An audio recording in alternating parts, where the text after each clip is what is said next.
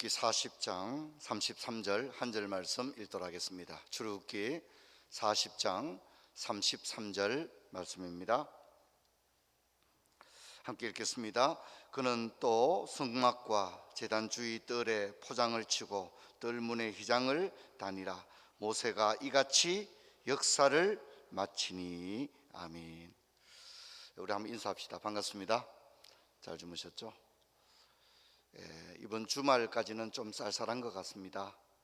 다음 주부터는 낮 기온이 그래도 조금 회복이 되지 않나 싶습니다. 건강에 유의하시길 바랍니다.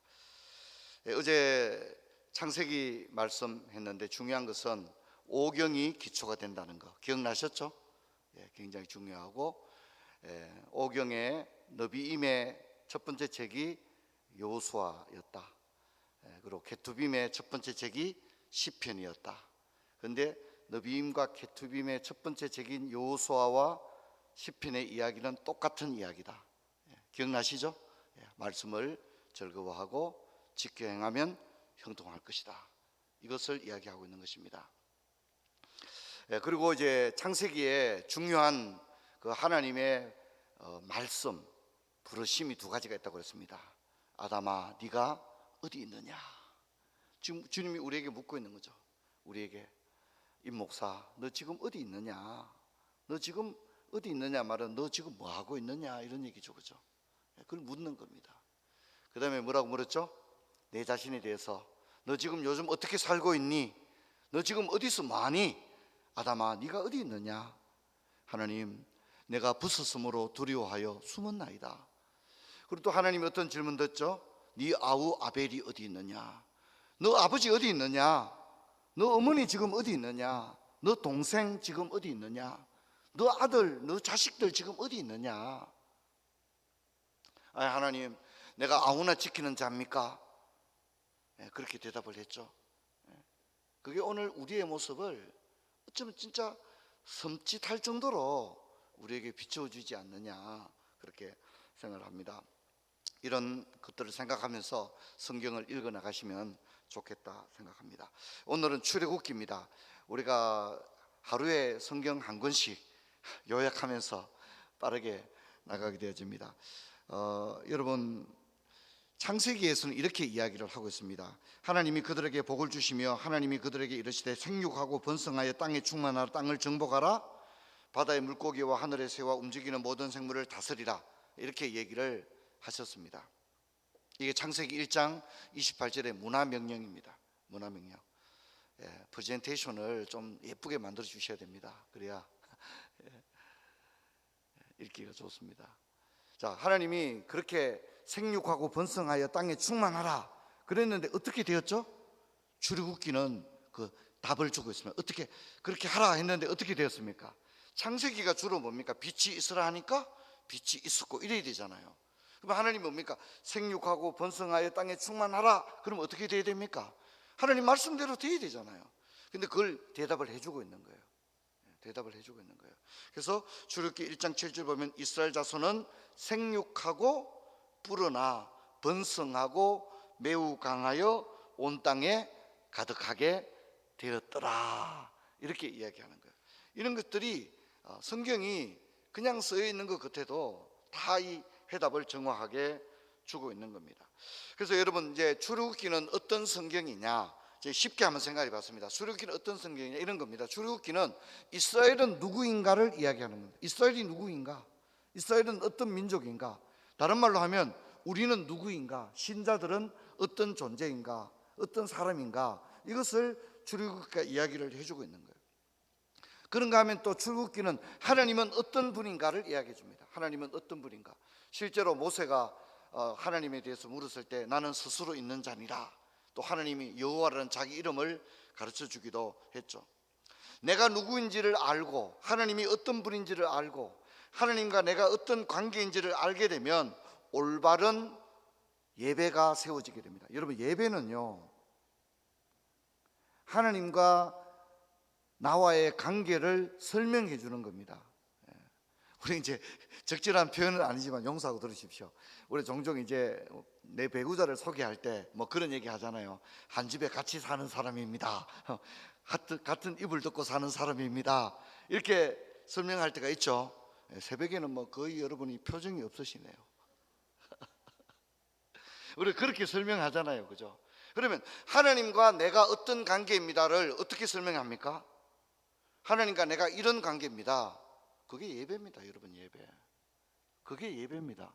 아직도 예배 드리는 거, 아이고 나 예배 오늘 또 예배 드리러 가야 되나, 그런 사람들은 제가 볼 때는 신앙 생활에 첫 단추가 다 잘못 끼진 거예요.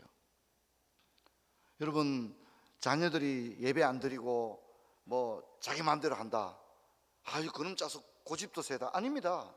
완전히 모든 게 세계가 흐트러진 겁니다. 달이 뜨지 않고 해가 안 뜨는 겁니다. 꽃이 안 피고 새들이 날지 않는 겁니다. 하나님과의 그 올바른 관계가 정상 작동이 안 되는 겁니다.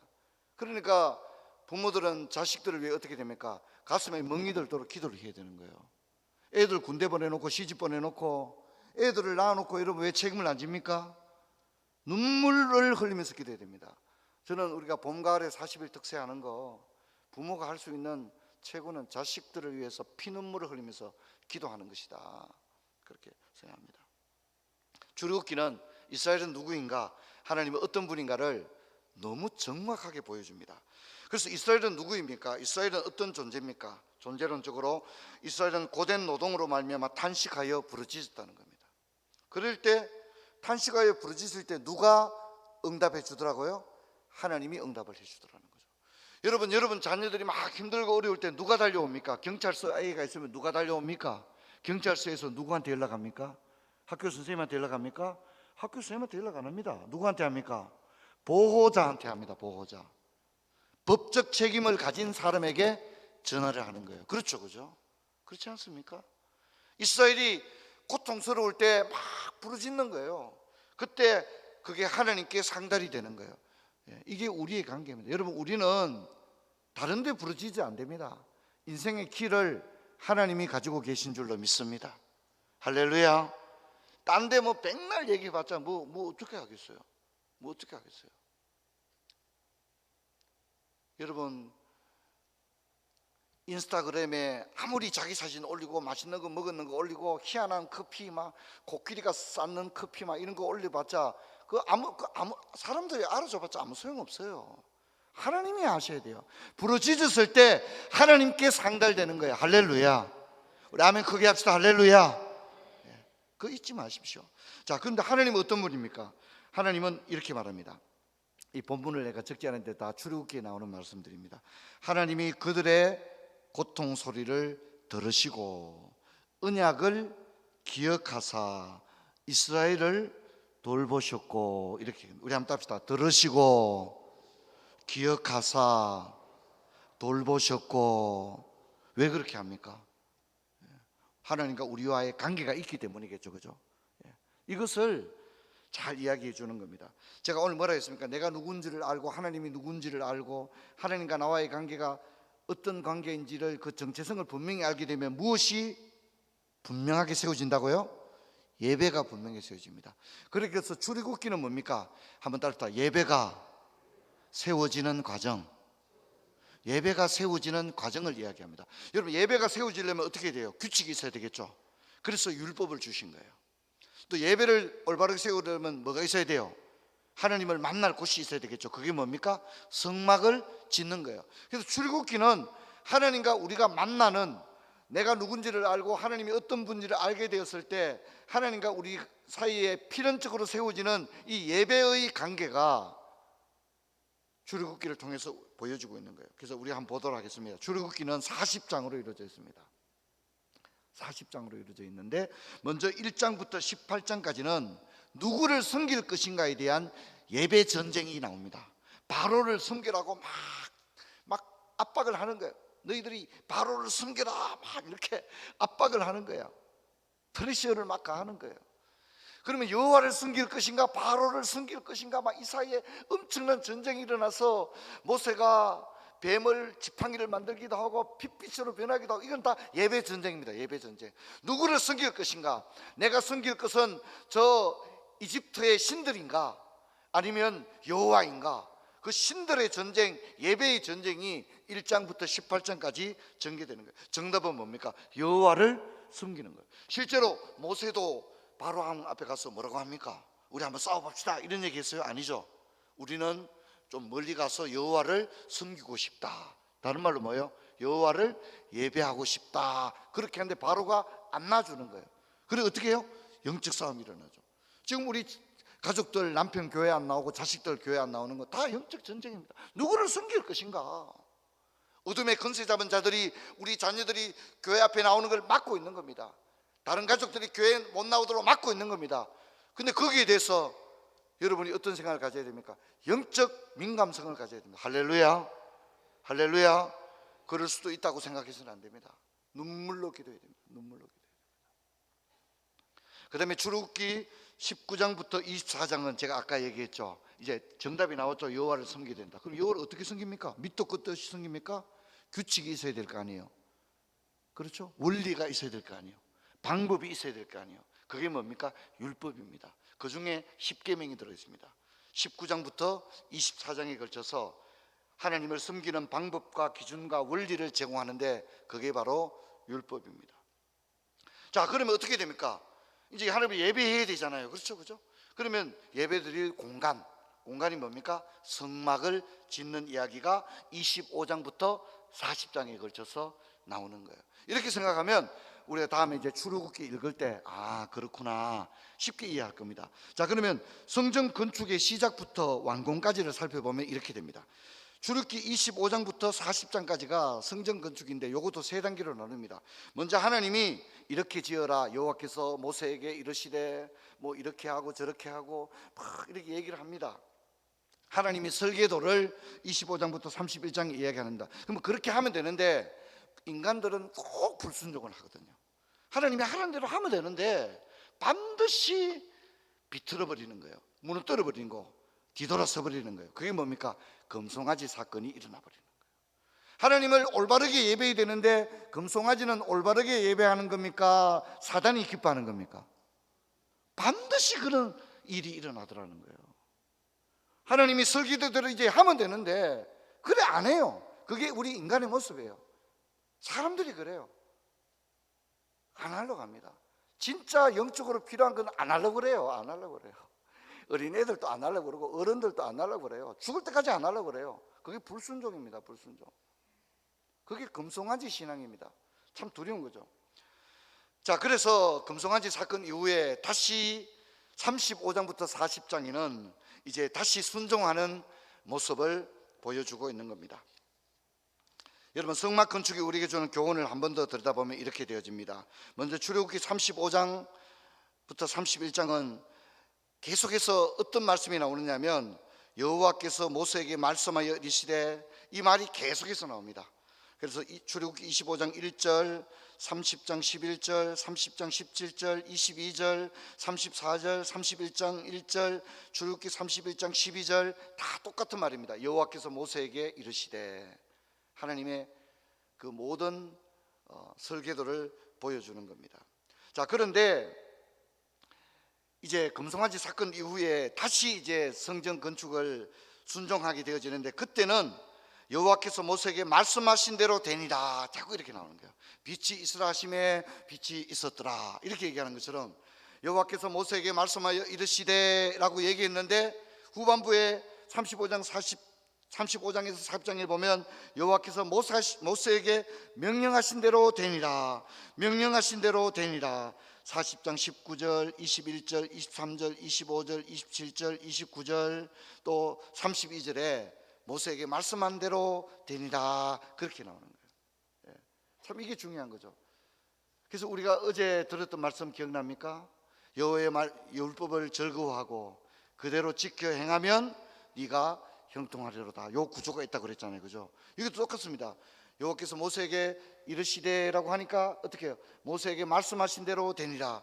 모세에게 말씀하신 대로 되니라. 그리고 나중에 뭡니까? 모세가 이 모든 역사를 이루니라 이렇게 끝나는 거예요. 할렐루야. 여러분, 우리 인생도 그렇게 돼야 된다는 것을 출애굽기가 우리에게 이야기를 하는 거예요. 여러분, 이제 말씀을 정리를 좀 하려고 합니다. 여러분, 우리는 출애굽기에서 성전 건축 과정에 나타난 금송아지 사건을 기억해야 됩니다. 인생에는 딱 두 가지 길밖에 없어요. 금송아지의 길을 갈 것이냐, 여호와의 길을 갈 것이냐, 딱 두 가지밖에 없어요. 신앙도 여호와를 온전히 믿는 올바른 신앙과 금송아지 신앙, 딱 두 가지입니다. 뭐 세 가지 네 가지도 없어요.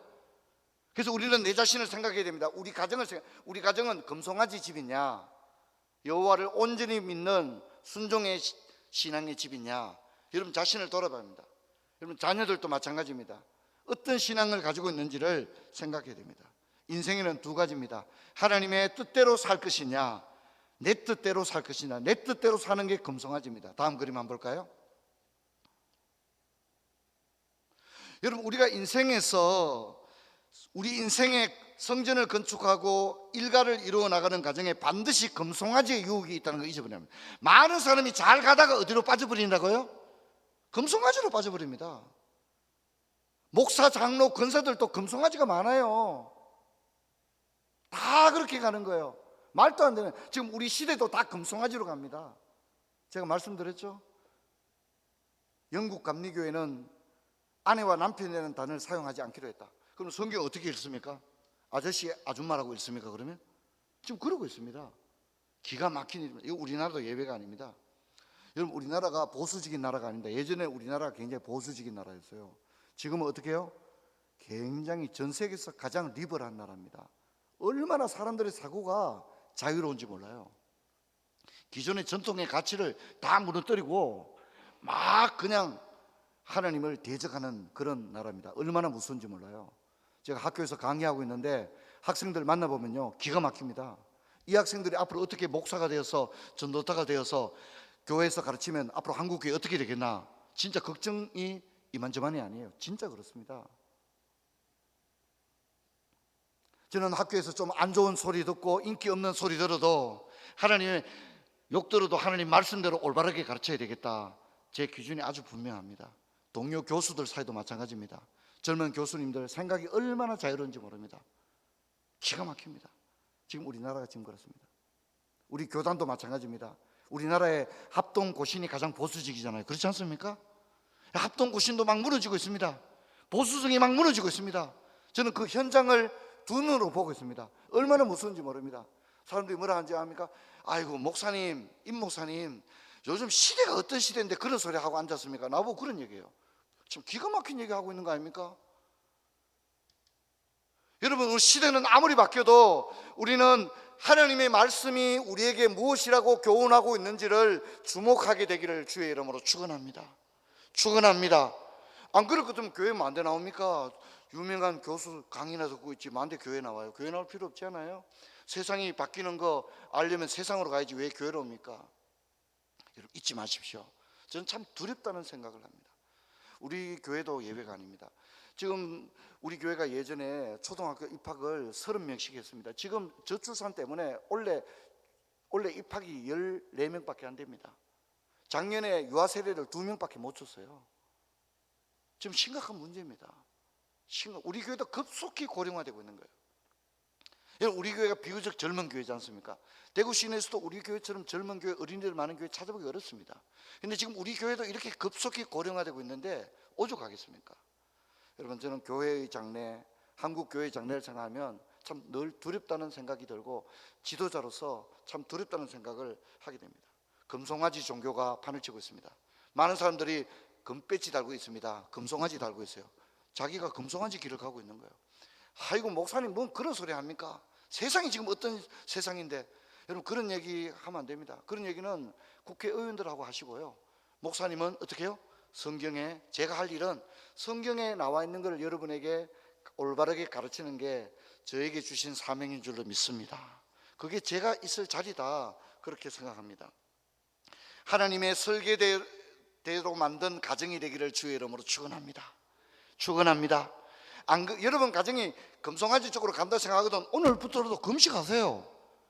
하나님, 우리 가정 다시 살려주세요. 이러다가 큰일 나겠어요. 여러분 자식을 위해서 금식하세요. 할렐루야, 할렐루야.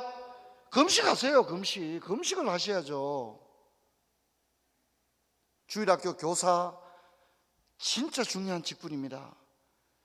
여러분들 손에 아이들의 미래가 달려 있습니다. 한 아이가 그리스도께 돌아오느냐 금송아지로 가느냐가 선생님들의 손에 달렸습니다. 선생님들이요, 금식하고 눈물을 흘리며 기도하고 최고의 영적 고도의 민감성을 가지지 않으면요 큰일 납니다, 우리 교회. 여러분, 저는 그렇습니다. 40일 특별 새벽기도 참 이거 어렵잖아요. 그래서 이게 나오는 분들이 있어서 늘 감사하게 생각합니다. 여러분, 우리가 생각할 때 아유 뭐 요즘 뭐 그래 별나게 믿을 거 뭐 있나 그러지 마시고 우리 한번 저를 한번 보십시다. 저를 한번 보십시다. 여러분, 저를 한번 보십시다. 우리에게 남은 일은 얼마 안 있어 우리 다 천국에 갑니다. 세월이 얼마 안 남아 있습니다. 머지않아 주님 앞에 갑니다. 여러분 한번 따합시다. 나라도 올바르게 신앙생활 하자. 늘 그렇게 생각하십시오. 아유 저 사람 저런데 이 사람 그렇게 생각하지 마시고, 야 나라도 올바르게 신앙생활 해야 되겠다. 나 하나만이라도 깨어 있어야 되겠다. 할렐루야. 나라도 정신 좀 차려야 되겠다. 세상 사람들이 넓은 길로 갈 때 나는 우리 주님 걸어가신 좁은 길, 그 길 내 걸어가야 되겠다. 우리 푸른 초장교회도 그런 결단할 수 있는 그런 은혜가 있기를 주의 이름으로 축원합니다. 축원합니다. 올 한 해 우리가 진짜 한번 말씀과 기도로 지금까지도 잘 하셨지만 올 한 해 그런 결단 가지고 여러분 그렇게 한번 달려갈 수 있기를 바랍니다. 남편이 교회 안 나오거든 하얀 소복 입고 그냥 집에 앉아 있었어요. 왜 그러냐 그러면 나 진짜 뭐 오직 내 소원은 당신하고 주일날 교회 가서 하나님 여호와 하나님 앞에 예배 드리는 거다. 할렐루야. 아멘. 그게 합시다. 할렐루야. 나 다른 거 필요 없다. 차도 필요 없고 나 자전거 타고 다니면 된다. 가방은 뭐 가방 필요 없다. 뭐 그냥 아무 봉다리나 들고 다니면 된다. 내 소원은 우리 가족 여호와께 나와 예배하는 인생의 올바른 본분을 가진 가정 되기를 원한다. 할렐루야. 할렐루야. 여러분 꼭 기억하시고 그렇게 했으면 좋겠습니다. 예, 오늘 또 우리 찬송 하나 부르고 뜨겁게 기도하고 한번